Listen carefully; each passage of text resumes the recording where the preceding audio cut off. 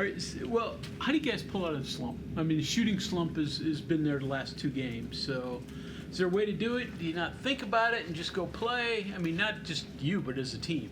It's just a game of basketball. You know, you make shots, you miss shots, and sometimes the ball might not go in some nights. So you just got to figure out how to, when the ball not going, and just defend. That's all. Is it frustrating as a team when they don't go in? I think, yeah, to some people, and just trying to help them understand that, you know, be more mad. That I get it that the ball's not going in for us, but be more mad on that defensive side that, you know, like, take more pride on that defensive side, even though you are frustrated that the shots is not going in for us. What do you think the issues have been defensively the past 2 games? I think we just ain't been playing hard enough. You know, Coach probably says it. We're just not playing hard enough. And y'all seen us when we play hard. Y'all see what we do. You kind of go down through the rosters of all the Big 12 teams, like all of them have a shooter or maybe 2 or 3 good shooters. But only Houston's really been the only team that's kind of done damage against you guys from 3-point range this year. So is there something about the way Houston played that game? Or, I mean, what was it? Because, you know, every team's got good shooters. Houston's the only one that's really done damage from the outside. What was the difference in that? You know, we was in film, and, you know, we have our coaches that, you know, do our scout. But when we played them at Houston, you know, Coach told them that they shoot excellent at home. You know, they shoot 50% when they're at home as a team, you know. So, like, I think we just got to guard harder. I think when we definitely did, you know, sit down and dead guard, I think we got stops and runs, and we had cut it into a 5-point game at that time. So I think the more that we just keep playing hard on the defensive side, everything will fall for us on offense. Sharp, Crier, I mean, is there anything unique to them? I mean, obviously, their shooting numbers are pretty good, but is there anything unique to them that you haven't already seen? I mean, that's kind of... Nah, I think they're very good players. I think that where we hurt ourselves at is that we made a lot of mistakes on the defensive side, you know, going under a lot of ball screens, and gave up a lot of open shots when we didn't need to. So I think we beat ourselves that game. You guys started slow in both games last week. How do you avoid that tomorrow? Just play hard. You know, I'm gonna do my part on bringing more energy. I think that I was lacking on that type of side of everything. So I'm gonna bring that, and they're gonna have to feed off that. Snowballs like at Kansas State, when they get out to a little bit of a lead, do you guys? I don't want to say get demoralized, but you stop playing as hard, and then it just gets worse and worse. I don't know. I think just from a standpoint of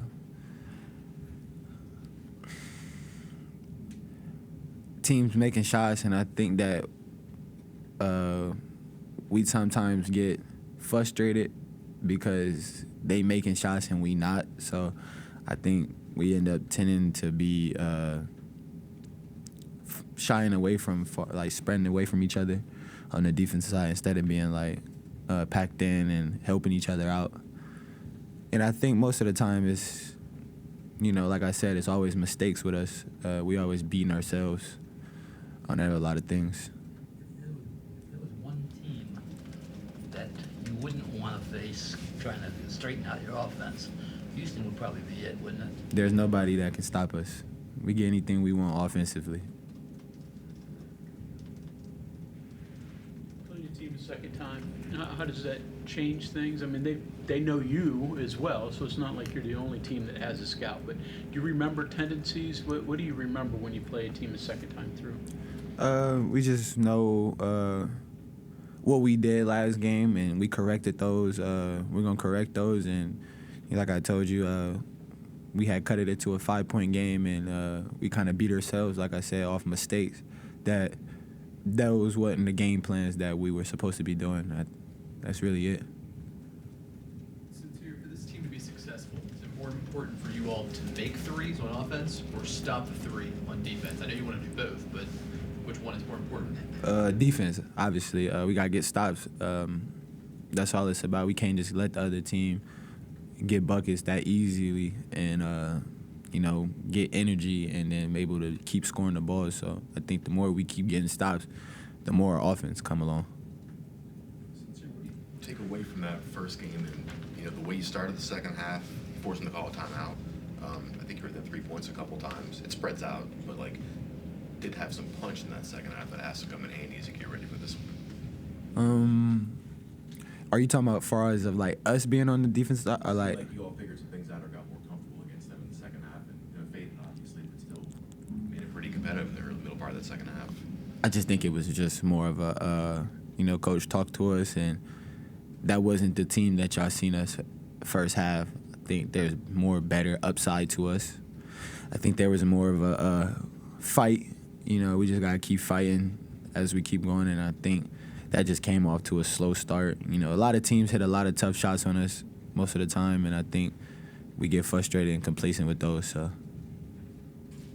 With you, Coach DeVries mentioned going under some screens as one of the mistakes you made, but that's not a hard and fast rule even in a game. There's some guys you're going to want to chase. There's some guys you're going to want to play off. So what goes into you recognizing, hey, here comes this guy, I've got to go under. Here comes this guy, I've got to trail. Here comes this guy, we've got to hedge. That's just our scouting report, on guys that we do that to and the guys that we don't. Obviously, when we did make those mistakes, we gave it to really good shooters. That is a high-level three-point shooter and that can knock down shots at an elite level. So. Is that the hardest thing to do other than just actually playing defense, staying in front of guys, making sure that you recognize that every trip down the court? Nah, we just keep fighting, just don't make those mistakes in the game that can hurt us potentially. Just out of curiosity here, I mean, obviously you guys haven't faced everyone in the Big 12 yet, but obviously some good teams, Kansas, Iowa State, Houston. You played some of the better teams. Is Houston maybe the best team that you guys have played so far? I mean, where do they rank? Every team is good in the Big 12. It's a battle every night. But I think there's no team that they're just really good and we can't stop it. Right. Like I told you, when we play teams and we really sit down and look at film, we always end up beating ourselves because we always make mistakes and when we cut it to a 5-point game or cut it down, then we always kind of make those mistakes, which we are correcting those. So we just can't make those type of mistakes in crucial games like those. What is the difference home and away? Playing team. Obviously, the crowd. We feed off the energy. Just getting stops. Obviously, we feed off us getting stops on defense and playing hard, and that's really it. You shoot better at home? We shoot better at home, away. We get any opportunity. We get a lot of great looks either way, home or away. So, we get ready and knock them down. That's all. Does practice or the locker room, though, have a little more desperation, I guess, when you're coming off of two straight losses for the first time this season? Or Nah, we still stay together as a team. We had definitely had met and talked, but that's really it, though. We still stayed together as a team, and we didn't separate. Now that you're deep into Big 12 play, the difference between the Big 10 and the Big 12, do you notice a big difference? Or? Yeah, there's a very big difference. I was just talking to TJ last night, TJ Shannon, and I was telling him it's way different than Big Ten is more like when you come off ball screens, it's a 2-on-2. When people come off ball screens, it's a lot of help support in those gaps type of thing. And I think defensively, it's a more physical league. Big Ten, it's more fast pace in the Big 12. So it's definitely a game changer for me. Shannon tell you about the Big 12 before you got here with his experience? Nah. We talked about it, but it wasn't really nothing crazy. He was just you just don't know who will win every night. It's really it. In the Big Ten? I mean, is there a pecking order that you sort of go into a game and go, this team's not very good. We're definitely going to beat them? Most definitely, you always knew, like, you couldn't, even though you couldn't take it for granted, when you came out and still did your job, we was always the better team, you know. But like some nights, you always knew who was gonna get that win, you know, with the Purdue, you know, Michigan State, you know, Illinois. Even though those matchups, when you always played those bottom teams, you always knew, like, we got it in the bag for real. People in Vegas that. For sure.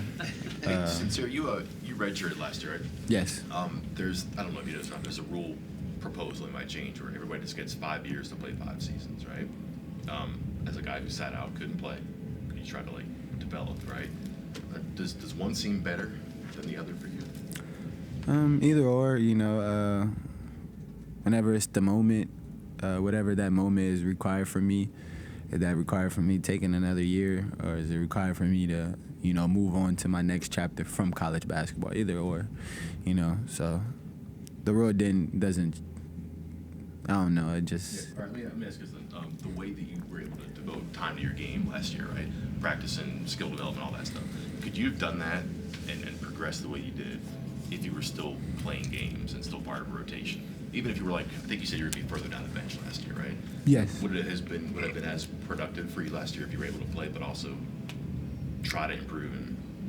Yeah, I think so. If I would have played, you know, sometimes I definitely would have, you know, I had my thinking thoughts, you know, me sitting out, would it help? Yeah, me personally, it would have helped me, but, you know, me sitting out, did it help us as a team? I think I could have helped that team because we made it. We actually made it far into the, and I think I definitely could have helped out on the defensive side, you know, like I'm always doing. So I think that could have definitely been a beneficial. Talk to guys who are redshirting now and tell them, hey, you got to be patient. This will be good for you in the long run. Maybe even Tucker, you know, when he's sitting out. Most definitely. I think I always tell those guys, even the freshmen, is like, I always tell them, like, it's just always be patient, always stay the course, you know. Whenever that time is ready, you know, you'll be ready. Or even with the freshmen, some freshmen ain't playing in college basketball at an elite level, so, you know, I try to encourage them even more.